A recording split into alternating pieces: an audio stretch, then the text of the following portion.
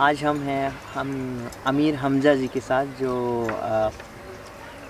Local tribes हैं यहाँ के। आज हम चर्चा करेंगे कि किस तरीके से वो अपनी ट्राइब्स को बढ़ा रहे हैं और उसके योगदान के लिए वो सहयोग कर रहे हैं। नमस्ते। नमस्ते। आमिर जी, ये शुरुआत कैसे हुआ जीवन में? मैं थोड़ा अपना परिचय दे दूं जो बेहतर रहेगा। मेरा नाम अमीर हमज़ा है और मैं वन गुजर कम्युनिटी से बिलोंग करता हूं, जो उत्तराखंड की ट्राइब है और वो 90% जो है वनों पर निर्भर है। निर्भरता ये है कि जितने भी हमारे समुदाय के लोग हैं वो पशु पालते हैं, जो कि ज़्यादातर भैंस रहती है और गाय रहती है। और वो जो है जंगलों में पशुओं की जो चुगान है, लॉपिंग है, उसके ऊपर निर्भरता है। और ये जो हमारा समुदाय है वो पेस्ट्रोल समुदाय है, वो घुमंतु समुदाय है। 6 महीने के लिए शिवालिक की निचली पहाड़ियों में और उसके बाद जो है हिमालय और फिर मैदानी इलाकों में चले जाते हैं। और अक्सर मैं इस समुदाय से हूँ और साथ में मैंने ये समझा कि मैं थोड़ा बहुत शिक्षित हूँ, तालीम याफ्ता हूँ, तो मैंने ये समझा कि समुदाय की जो पहचान है और विशेषता है वो कंज़र्वेशन जो कहते हैं हम, वनों का कंज़र्वेशन, वाइल्ड लाइफ का कंज़र्वेशन, इसको लेकर मैंने एक समझ स्थापित की है जो लोगों के सामने मैं बताना चाहूँगा। दूसरी बात यह है कि जो ट्राइबल कम्युनिटी का जो जंगलों में अधिकार है उसको लेकर भी मैं समुदाय के में काम कर रहा हूँ। और विशेषकर मैं आपसे आज ख़ास तौर पर ये बात करूँगा कि वनों का कंज़र्वेशन समुदाय के द्वारा किस तरीके से किया जाता है और साथ में वाइल्ड लाइफ का। तो इसी एक बिंदु पे मैं आपको बताऊं तो जैसे यहाँ अभी जो हम लोग बैठे हैं ये राजाजी नेशनल पार्क की गोरी रेंज है और ये एरिया कोरजोन एरिया है। तो हमारे जो लोग हैं वो ज़्यादातर ये जहाँ हम बैठे इससे पीछे का जो हिस्सा है, कैनल से पीछे पूरा जो है ट्राइबल के लोग इसमें अपने पशु ले जाते हैं और वहाँ जो है पशुओं को लॉपिंग करवाते हैं और ग्रेजिंग करवाते हैं। तो कंज़र्वेशन जो वाइल्ड लाइफ की बात है वो ये है कि हमारे जो समुदाय के लोग हैं वो बहुत जंगल के अंदर इस ऐसे पार्ट में रहते हैं जहाँ एक माउंटेन्स एरिया होता है। उस एरिया में वो अपनी ज़रूरत के मुताबिक पानी की व्यवस्था करते हैं, जिसको हम अपनी भाषा में सूटा कहते हैं, जो एक नेचुरल स्रोत को बचाते हैं। क्योंकि बरसात में नेचुरल स्रोत निकलता है, लेकिन उसको अगर बचाया ना जाएगा तो वो जो है समय पर सूख जाता है। तो हम लोग क्या करते हैं कि उस नेचुरल स्रोत को अच्छे तरीके से बचा लेते हैं। उसका मकसद ये होता है कि हम उसको यूज़ करते हैं और हमारे पशु यूज़ करते हैं। और साथ में जो हमारे वाइल्ड एनिमल्स है वो जब गर्मी हो जाती है तो वो स्रोत जो बचा होता है वो उस पर ही निर्भर हो जाता है, क्योंकि उसके काफ़ी डिस्टेंस एरिया में लगभग 50 किलोमीटर के दायरे में कहीं पानी नहीं होता है। अब वो जो प्रजातियां हैं वो जो जैसे काकड़ होता है, जिसको बार्किन डियर कहते हैं, और आपका स्पॉटेड डियर है, सांबर डियर है। सांबर डियर ज़्यादातर माउंटेन्स में इसलिए रहता है क्योंकि उसको लेपर्ड उसका डर रहता है, टाइगर्स वगैरह का। वो माउंटेन्स के जो एकदम घना जंगल होता है उसके बीच में रहता है और वो ज़्यादा मैदान की तरफ जाता है। खुले मैदान में उसको टाइगर का बड़ा डर रहता है क्योंकि रिवर साइड में टाइगर का मूवमेंट रहता है, तो वो उधर पानी के लिए बड़ी प्रॉब्लम रह जाती है। तो वो पानी जो हमारे ट्राइबल के लोगों के जो पानी है, बचाए हुए स्रोत है, वो उसके लिए मुफीद होता है किसी समय के लिए, क्योंकि गर्मी में जो है पानी का बड़ा एक प्रॉब्लम रहती है। उसके साथ साथ जैसे हम लोग अपने डोमेस्टिक एनिमल्स होता है उसको हम लोग लॉपिंग करवाते हैं, क्योंकि हम एक पेड़ होता है उसके दो हिस्से को हम उसका जो लीव्स होता है उसको उतार लेते हैं, उसका एक हिस्सा छोड़ देते हैं सीड्स के लिए, क्योंकि वो जो है उस हिस्से में काफ़ी सीड्स होता है। वो नीचे जब पतझड़ का टाइम होता है तो वो नीचे सीड्स गिरने से दूसरा पेड़ पैदा हो जाता है। उस लॉपिंग के ज़रिए जितना भी हमारी जानवर है, एनिमल्स है, वो भैंसों के साथ अपने हमारे मवेशियों के साथ आके और सीधा जो है उनके साथ मिलकर वो पत्ता खाते हैं। तो जहाँ जैसे होता है जैसे कि टर्मिनल बेलेरिका हो गया, टोमेंटोसो हो गया, मलोटस हो गया, ये सब बड़ा फेवरेट खाना है इन सब जानवरों का। लेकिन उनकी प्रॉब्लम है कि यार वो जितना नीचे गिरा हुआ पत्ता वो तो खा लेते हैं, लेकिन ऊपर से पत्ता मिलता नहीं है।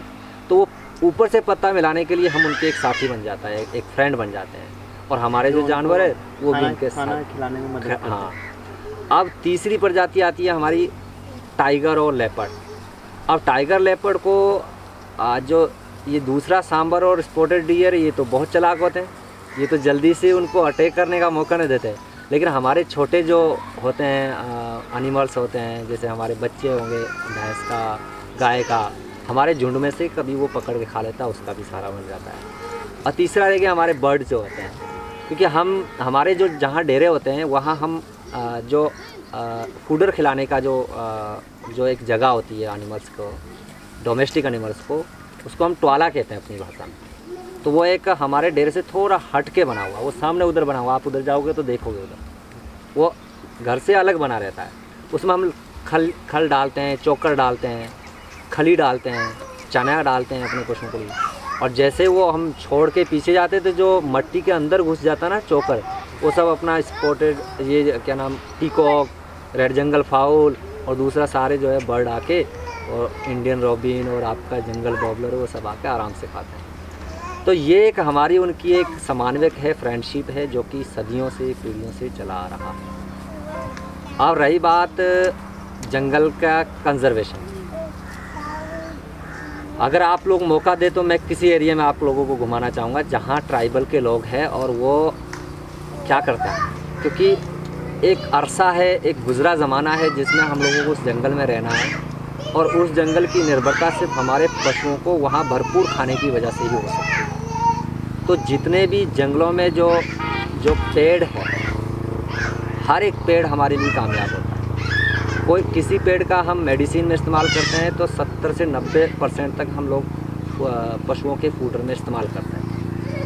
अब वो हमें ये लगता है कि अगर इसको 10 साल तक हमने लॉपिंग किया तो इसकी दूसरी प्रजाति नहीं, दूसरा अगर इसका पेड़ नहीं हुआ तो ये हमारे लिए नुकसान हो जाएगा आने वाली पीढ़ी में। हम क्या करते हैं कि जो जनरेशन होती है, जैसे एक ट्री के नीचे काफ़ी सारे पेड़ हो गए हैं, छोटे छोटे प्लेनेट हो गया है, उस पेड़ को हम उस साल लॉपिंग नहीं करेंगे, क्योंकि वो छोटे वाले जो है ना, वो एनिमल्स के पैरों से दबकर ख़त्म हो सकते हैं।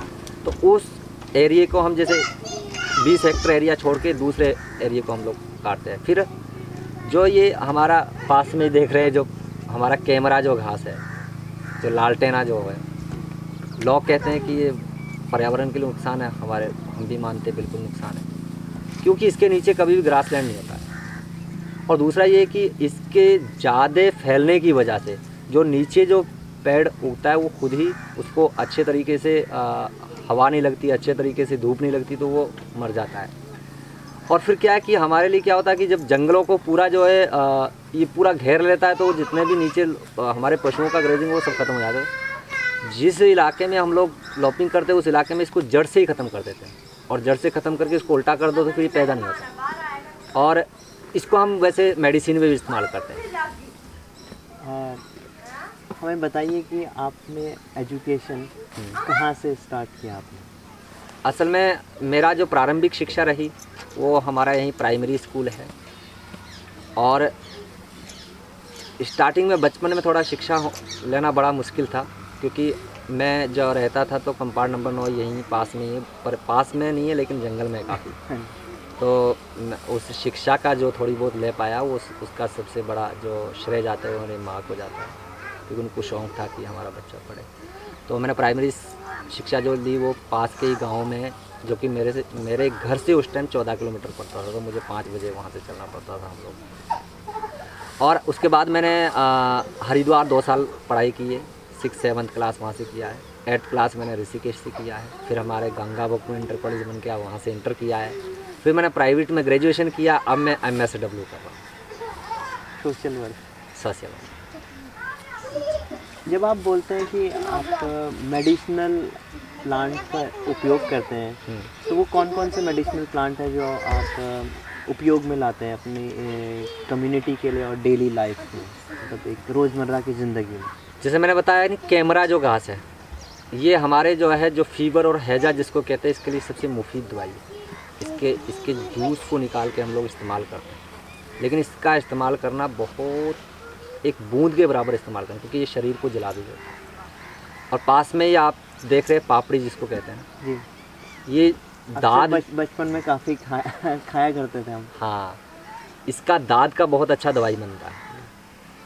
ऐसे बहुत सारे पेड़ है जो अपनी भाषा में हम जानते हैं, कमील हो गया, तौ हो गया, चिचली हो गया, मुकरूड हो गया, शुजरू हो गया। ये सब चीज़ें क्या है कि हमारी प्रसिद्ध मेडिसिन है। इसका छिलका काम आता है, इसका पत्ती काम आता है, इसका जो सीड्स होता है वो हमारे खुद इंसान के लिए दवाई है। लेकिन जो पशु है उसके लिए भी हम कभी भी हस्बेंड्री डिपार्टमेंट से हम दवाई नहीं लाते, हम ज़्यादातर जंगल से ही निकालते हैं। कि वो जैसे हमारे यहाँ एक हड्डी जोड़ने की एक जड़ी है, उसके पीछे कोड है कम्युनिटी का, कि कम्युनिटी उसकी अवेयरनेस नहीं करेंगे, लोगों को नहीं बताएंगे कि दूसरा वो आके उसका एक बिज़नेस और मार्केटिंग कर ले, उसको हम मतलब छुपा के रखते हैं। वो समुदाय पे फेमस, उसको देने वाले भी समुदाय में कुछ विशेष ही लोग हैं, वो लाएंगे और उसको जो है उसका पानी दे देंगे। हड्डी की शर्त ये है कि हड्डी एक्सरे करवाएंगे, एक्सरे से हड्डी जुड़ा हुआ होना चाहिए सेट। वो खिला दो 24 घंटे की गारंटी है कि 24 घंटे के बाद एक्सरे कर लो और उसे। तो ये बुज़ुर्गों की देन है कि पहले से ही पारंपरिक एक ट्रेडिशनली एक सब होता आ रहा है, उसको हम लोग इस्तेमाल कर रहे हैं। तो अभी प्रेजेंट में आप इस देन को बचाने के लिए क्या कर रहे हैं? अभी हमने एक ग्रुप बनाया है जिसका नाम रखा है वन गुजर युवा संगठन। अब इसमें थोड़ा सा लंबा हो जाएगा लेकिन मैं शॉर्ट में करने की कोशिश करूँगा, क्योंकि वन गुजर समुदाय 2 जगह डिवाइड हो गया, जिसके लिए हमें हमारी जो कल्चर है, जो हमारी पहचान आइडेंटिटी है, उस सब को एक बहुत बड़ा ख़तरा बना हुआ। क्योंकि 2 जगह इसलिए डिवाइड हो गया, एक तो रीसेटलमेंट हो गया, पुनर्वास हो गया, दूसरे लोग जंगलों में। समुदाय का 2 पार्ट बढ़ने की वजह से जो रीसेटलमेंट हुआ है, वो लोग एक दूसरे मुख्य समाज की अनेक समाज और उन सब के साथ एक मिलन हो गया है। इधर का जो लोग है जो भी जंगलों में निर्भर है, उनकी जो पहचान है वो एक आप पगड़ी देखोगे, एक जो है अलग एक पहचान दिखेगी। तो हम लोग ग्रुप बना के ये काम कर रहे हैं कि हमारी जो ट्रेडिशनली जो जानकारियाँ हैं, जो नॉलेज है, वनों के संरक्षण की जो नॉलेजें हैं, जानकारियाँ हैं, वनों से मिलने वाली वनस्पतियों की जो जानकारियाँ हैं, वनों में रहकर वनों को बचाना और उस पर मोहब्बत करना, उनका प्रेम करना, उसकी एक जो जानकारियाँ है और नॉलेज है, उस सब को हम एक डॉक्यूमेंटेशन, उसको एक सिस्टमेटिक तरीके से अवेयरनेस करके जो आने वाली जनरेशन है, जो एक समाज की दूसरी छोर में भाग रहे हैं कि सब लोग हम भी गाड़ी वाले, उस तक हम कह रहे हैं कि नहीं, हम वापस थोड़ा सा देखें। मतलब आप उनको एक नज़रिया देना चाहते हैं कि वो अपनी जो एक ग्राउंडिंग है, मतलब हाँ, जो जहाँ से वो आए हैं उस चीज़ को भी समझे, मतलब उस चीज़ को भी साथ लेके चले। हाँ, जीवन में प्रगति करना अच्छा है, हाँ, पर लेकिन उस प्रगति के साथ साथ अपना जो मूल है, हाँ, उसके मूल ऊपर सिद्धांत को नहीं भूलना चाहिए। अब आप देख लीजिएगा कि मैंने कहा ना कि जानवर और हमारे साथ बना हुआ समन्वय का एक एग्जाम्पल मैं आपको बताऊं कि हमारे राजा जी में, और ये राजा जी है, ये चलो हम मान लेते हैं कि शहर से थोड़ा नज़दीक है, लेकिन मैं आपको अंदर ले जाऊंगा, बहुत जंगलों के काफ़ी डीप अंदर एरिया में। वहाँ आप देखोगे हमारा एक ट्रेडिशनल हट है। इस घर में आपको दरवाज़ा दिखा, कहीं भी जाके देख लीजिए, दूर नहीं मिलेगा, दरवाज़ा नहीं मिलेगा, खुला मिलेगा, और बच्चे बूढ़े सारे बाहर सोए रहते हैं। लेपर्ड लोग कहते हैं कि नरभक्षी हो जाता है, वो खा देता है, टाइगर खा देता है, दूसरा जानवर खा देता है, लेकिन हमारा इतिहास में कोई एकदम सामने अटैक हो गया है, वो एक घटना रही, क्योंकि किसी को इस तरीके से अटैक नहीं किया। नहीं तो हम तो लोग जंगलों में रहते, सारे टाइगर लेपर्ड सब लोग हमको ख़त्म कर देते। जी जी, सब जानते, वो हमारी स्मेल जानते, हमारा रोज़ का वो देखते हैं। आपकी ज़िंदगी का जंगल में रहते हुए कोई खूबसूरत लम्हा जो आप बताना चाहेंगे, शेयर करना चाहेंगे? लम्हा 2-3 घटनाएं हैं जो अपनी ज़िंदगी में मैं फील करता हूँ। एक मेरी मैरिड का है, जो कि एक जिसको हिंदी में गणेश कहते हैं, हमारे में गुंडू कहते हैं, और अपना जो है जिसको उसका एक बड़ा स्टोरी है, लेकिन वो फिर कभी दूसरे इंटरव्यू में बताऊँगा। अभी फ़िलहाल बताऊँगा कि टाइगर का एक केस था। टाइगर को बचपन में मैंने नहीं देखा है। जब मैं, अभी मेरी 26 एज है, तो मैं 19 साल का जब था, तो मुझे बड़ा शौक़ हुआ करता था क्योंकि स्कूल में बताते थे टाइगर टाइगर ये सब, लेकिन हमारे भी जितने बुजुर्ग लोग थे सब बताते थे टाइगर है और ऐसा होता है, ये होता है, वो आता है। कन्फ्यूज़न ये था कि लॉयन होगा शायद वो जो फ़ोटो में देखते रहे। तो मैं जब स्कूल से जाके घर में चले जाता था तो मेरे दादाजी थे, ग्रैंडफादर जी, हम लोग भैंस लेके जैसे लॉपिंग करने वाला कुछ फैमिली के अलग लोग रहते हैं और जो लॉपिंग वाली जगह में ले जाने वाले जो लोग होते हैं वो अलग होते हैं। मेरे ग्रैंडफादर थे और मैं लॉपिंग के लिए भैंसों को लेके जा रहा था। तो जैसे ही हमारा था 30-35 बफेलो था और उसमें 3 गाय थी। तो गाय हमेशा वो बड़ा भैंस जो है उसको मारता है, गाय पीछे थोड़ी रहती है। तो जैसे हम लोग घर से लगभग 2 किलोमीटर हम लोग गए होंगे और यही लगभग 5-5:30 बजे का टाइम था, इवनिंग टाइम। तो मेरे आँख के सामने और एक थोड़ा सा माउंटेन्स था, उसके नीचे से हम लोग जा रहे थे। टाइगर ने वहाँ से लॉन्ग करके ऐसे पकड़ा है उसको, बच्चे को, हमारे गाय के बच्चे को, वो लेके गया जब। तो तब मैंने देखा लाल कलर का गाय का बच्चा था ना, लाल कलर का वो, तो उसके बीच में जो वो बनी हुई थी धारियाँ। तो मैंने देखा आज मैंने ज़िंदगी में पहली बार कुछ देखा, तो यार ये तो लम्हा है। लेके गया और 5 मिनट में वो ख़त्म करके छोड़ के भाग गया। तो वो मैंने देखा है। दूसरा 1-2 और हिस्ट्री है, फिर आपको बताएंगे। और पहली बार आपका फॉरेस्ट डिपार्टमेंट से कनेक्शन कब हुआ, मतलब कब उनके साथ आपने काम करना स्टार्ट किया?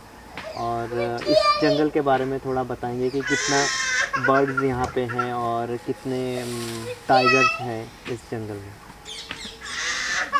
इसमें 2006 की अगर बात करें तो यहाँ स्पॉटेड डियर कम हुआ करता है, लेकिन आज अगर इस एरिया में सबसे अगर ज़्यादा संख्या में अगर कोई प्रजातियाँ हैं तो वो स्पॉटेड डियर है।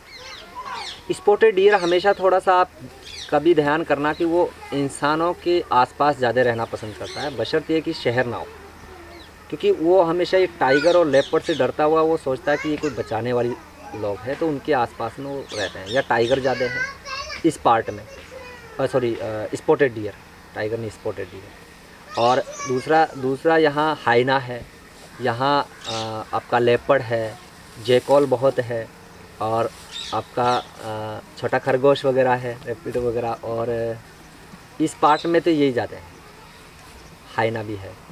और अभी कैनल के पीछे अगर आप देखोगे तो एलिफेंट अच्छी संख्या में, राजा जी तो एलिफेंट के नाम से फेमस है। टाइगर का अच्छा मूवमेंट है ये सब में, क्योंकि हम लोग इस पार्ट में हैं, गंगा नदी के इस पार्ट में है, तो इस पार्ट में ज़्यादातर जो है टाइगर इधर ही है। और वो जो है नीलकंठ की पहाड़ी से लेकर और आपके रवासन तक के पूरे एरिया में मूवमेंट करता है। बीच बीच में उनका जो है काफ़ी अच्छा हैबिटेट है, जो कि ग्रास लैंड और उसके बीच में एक घना जंगल है, उसके बीच में टाइगर काफ़ी यही है। अभी तक की लाइफ में आपने कितनी बर्ड स्पॉट कर चुके हैं? राजा जी में मैं 300 कर पाया। और राजा जी नहीं, कुनाऊ चौड़ हो गया, चीला रेंज हो गया, और आपके झिलमिल झील तक का एरिया में 300। आप एक प्रोजेक्ट भी चला रहे हैं जिसमें आप एजुकेट कर रहे हैं बच्चों को, इसके बारे में थोड़ा बताइए। मैं प्रोजेक्ट इसलिए चला रहा हूँ क्योंकि बच्चे जितने भी हमारी कम्युनिटी के, एक तो एजुकेशन बड़ी ज़ीरो है पूरे समुदाय में, पूरे उत्तराखंड में अगर बात करें ग्रेजुएशन पोस्ट तक, ग्रेजुएशन की स्थिति तक, तो वो एक गिनती के बच्चे हैं। दूसरा ये है कि जो नई जनरेशन है वो भी जो जंगलों में ज़्यादा है वो सब पढ़ते नहीं। तो मुझे ज़रूरत इस चीज़ की हुई कि ये कौम है और ये हमेशा जंगलों में रहेगी, तो ये ना क्योंकि जैसे अब दुनिया कहाँ चलेगी, एक न्यू इंडिया का ज़माना आ गया, टेक्निक का ज़माना आ गया। हर बंदा जाएगा पेट्रोल पंप पे, वो वहाँ अगर पेट्रोल डलवाएगा तो उसको नंबर पढ़ना नहीं आएगा, वो जाने की कितना हर जगह पर ठगेगा। तो मैंने सोचा कि मैं जितना हो सकता हूँ मैं बच्चों को एजुकेटेड करने की प्रयास करूँ। तो उसके लिए मैंने 3 सेंटर खोले थे, लेकिन अब अपना इतना खर्चा नहीं कर पाया, तो अभी एक ही सेंटर हमारा चल रहा है, उसमें लगभग 74 बच्चे पढ़ रहे हैं। और बच्चों के साथ हमारी ये सबसे मेरा रूल है कि हम पहली शिक्षा जंगल की दें। नेचर क्या है, लोग नेचर एक शब्द है उसको ही ज़्यादातर महत्व देते हैं, लेकिन अगर जंगल की बात करें तो एक दुनिया है, इसको एक समझना बहुत ज़रूरी है। और जिसने इसको समझा तो मैं समझता हूँ कि वो बहुत बड़ी डिग्री लेकर आ गया है। क्योंकि जंगल से मैं समझता हूँ कि जहाँ जानवर वो दूसरी चीज़ें जीवित है ही, लेकिन इंसान का जीवन है तो वो जंगलों पर ज़्यादा निर्भर है। और जंगल को अगर समझा तो वो बंदा ही समझ सकता है जो जंगल में समय बिताए, जंगल में जो चुनौतियाँ हैं उन सबको झेलें, तो वो अच्छे तरीके से जंगल को समझ सकता है। और एक बहुत अच्छी नॉलेज है एक ट्राइबल के पास। अब नई जनरेशन को हम अगर मॉडल शिक्षा कर देंगे तो वो जो पीछे की जो चीज़ें, क्योंकि हर इंसान सोचता है मैं आगे जाऊं, लेकिन उसको वो ये नहीं समझता कि मैं पीछे कितनी महत्वपूर्ण चीज़ें छोड़ रहा हूं। तो मैं अपने कम्युनिटी के बच्चों को विशेष जो क्लासेस चलाता हूं वो ये चलाता हूं कि जंगल क्या है, नेचर क्या है, इसकी हर प्रजाति को ट्राइब कैसे यूज़ करता है हमारे बुज़ुर्ग और हमारे पूर्वज, इसको हम कैसे आगे जो है लोगों को बताएं। और लोगों को बताने के साथ साथ प्रकृति को क्या इज़्ज़त देनी चाहिए, क्या सम्मान देना चाहिए, क्या समझना चाहिए, उस पर मेरी ज़्यादा क्लासें बच्चों के साथ रहता हूँ। मेरा वीकली टाइम बर्डिंग का होता है, पत्तों का एक टाइम पत्तों का हम लोग प्रोजेक्ट बनवाते हैं बच्चों से, उनका फाइल बनाते हैं, उस पत्ते का हम रखते हैं कि कितने दिन में सूख रहा है, और ऐसे इंसान का वो सारी चीज़ें एक अलग अलग तरीके से हमने स्टार्ट किया। आपके स्कूल का नाम क्या है जिसको आप अभी चला रहे हैं? हमारा स्कूल का 2 नाम, पहले नाम कुछ और था, हमने कुछ चेंज किया। पहले था खोज करके, खोज जी। अब हमने किया कि चलता फिरता पाठशाला। चलता फिरता पाठशाला क्योंकि समुदाय वो है, घुमंतु है। तो बच्चों को हम अलग अलग तरीके से थोड़ा समझाते थे, तो क्योंकि बच्चे कुछ ट्राइब वो माइग्रेट करके दूसरी जगह जाता है तो हमारा वो पार्ट वहीं चले जाता है, तो इसलिए हमने चलता फिरता पाठशाला फिलहाल रखा है। तो मतलब लोकेशन चेंज होती रहती है। लोकेशन, क्योंकि बहुत सारे परिवार वही बच्चे हमारे कुछ खादर चले जाते हैं। अभी कितने बच्चे होंगे? अभी फ़िलहाल 74 है, लेकिन हम अभी क्या है कि सिर्फ 7 दिन में एक ही दिन हम क्लास दे पाते। तो मतलब सिर्फ इसी गांव के कि और भी गांव? इस गांव के नहीं, जो जहां मेरा सेंटर है वो हरिद्वार के श्यामपुर में। अच्छा। यहाँ मैंने 3 सेंटर खोले थे 2013 से लेके 17 तक। यहाँ मैं खुद ही पढ़ाता था। उन तीनों यहाँ मैंने लगभग 30 बच्चों का एडमिशन गवर्नमेंट स्कूल में करवाया। यहाँ पर? जी। तो हमारे 30 में से 26 बच्चे अभी भी स्कूल जा रहे हैं और 6-7 क्लास में। तो मतलब आप अवेयर करते हैं कि स्कूल भेजना सबसे बड़ी प्रॉब्लम है कि बहुत सारा क्षेत्र ऐसा है जहाँ लोग हैं, उनके पास में थोड़े ही 2-3 किलोमीटर में स्कूल है, लेकिन शिक्षा का महत्व और जागरूकता ना होने की वजह से समुदाय बच्चों को पढ़ाता नहीं। किस तरीके से आप जागरूक करते हैं? क्योंकि पेरेंट्स अब देखते हैं, क्योंकि नॉर्मल जो सर्वाइवल है अभी उस चीज़ की पूर्ति नहीं हो पाती, तो स्कूल तो सेकेंडरी हो जाता है। हाँ, तो उसको प्राइमरी आप कैसे बनाते हो? बहुत अच्छा सवाल किया। असल में यही सबसे बड़ी चुनौती थी, क्योंकि गार्जियन से जब हम बात करते हैं ना, वो ये कहता है कि नहीं, मेरा आज अगर ये भैंस लेके ना ग्रेजिंग करवाने नहीं जाएगा तो मेरा जो रोज़ का कमाने का ना 100-200 रुपये उससे बेकार हो जाएगा। पढ़ लिख कर आप सब लोग घूम रहे, क्या कर लिया तुमको, नौकरी लगा है? ये सबसे बड़ा सवाल था। इसको समझाने के लिए हमने कुछ कार्यक्रम किए और हमने कुछ एग्ज़ाम्पल बताए। हमने ये बताया कि आपके लिए एक कानून बना हुआ, वनाधिकार कानून 2006 ट्राइबल के लिए, लेकिन किसी भी समुदाय को उस कानून के बारे में जानकारी नहीं। आप लोगों को ये पता है कि छोटा सा गलती करते हैं ना, जब परमिशन की से ज़्यादा अगर लकड़ी काट लेते हो तो आपको जो जुर्माना भुगतना पड़ता है, यहाँ तक कि आपको जेल जाना पड़ता है।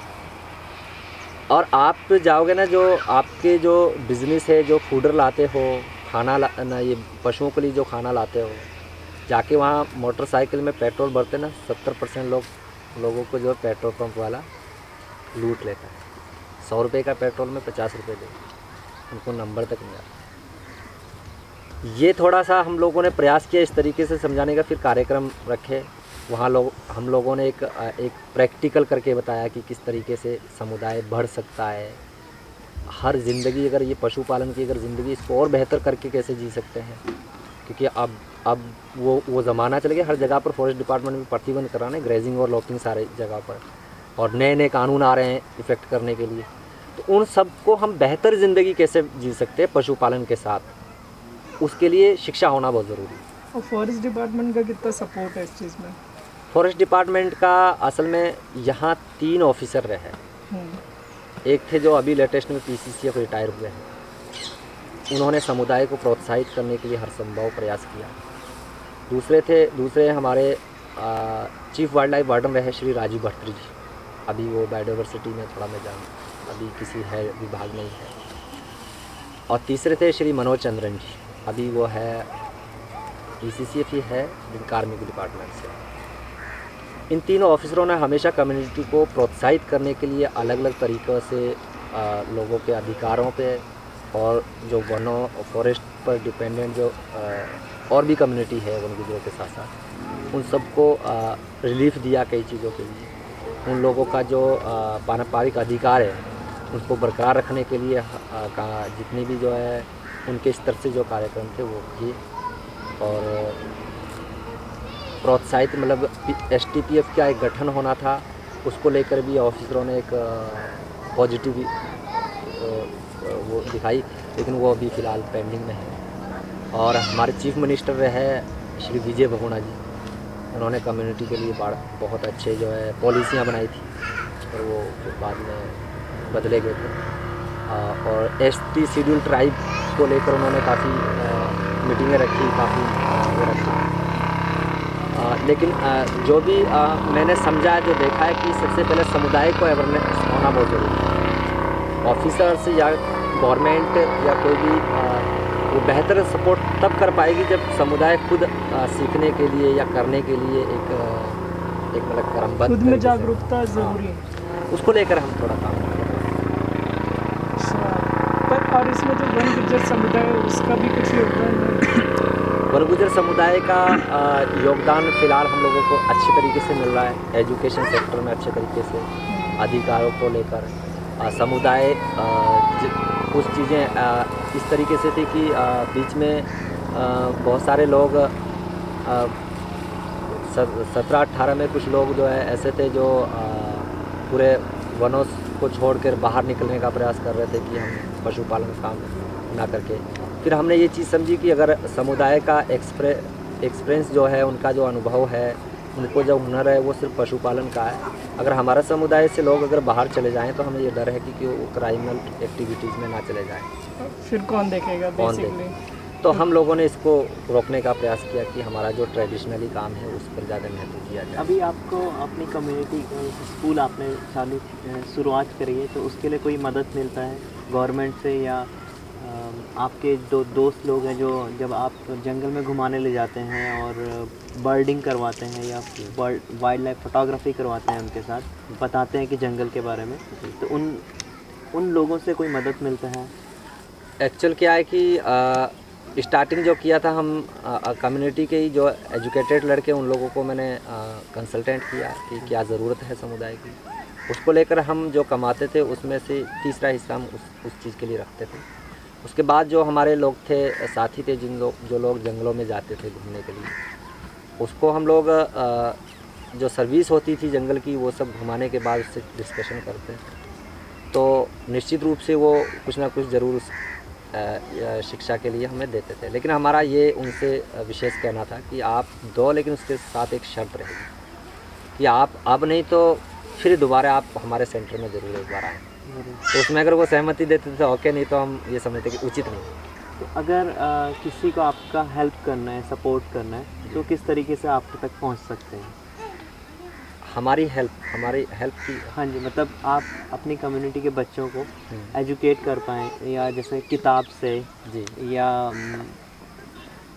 ये कोई एजुकेशन मटेरियल डोनेशन और इस तरह। बिल्कुल, आप ज़रूर हमारा एक उसमें अभी असल में हमारा जो ग्रुप है वन गुजर युवा संगठन, वो रजिस्ट्रेशन नहीं है, उसकी प्रोसेस अभी रजिस्ट्रेशन चला रहा है। तो उसको लेकर हमने ना तो कोई मतलब जो सोशल मीडिया वगैरह में उसका कोई पेज हम क्रिएट कर पाए हैं। आप डायरेक्ट आके पहले सेंटर देखिएगा, वही हमारा एक लॉजिक है।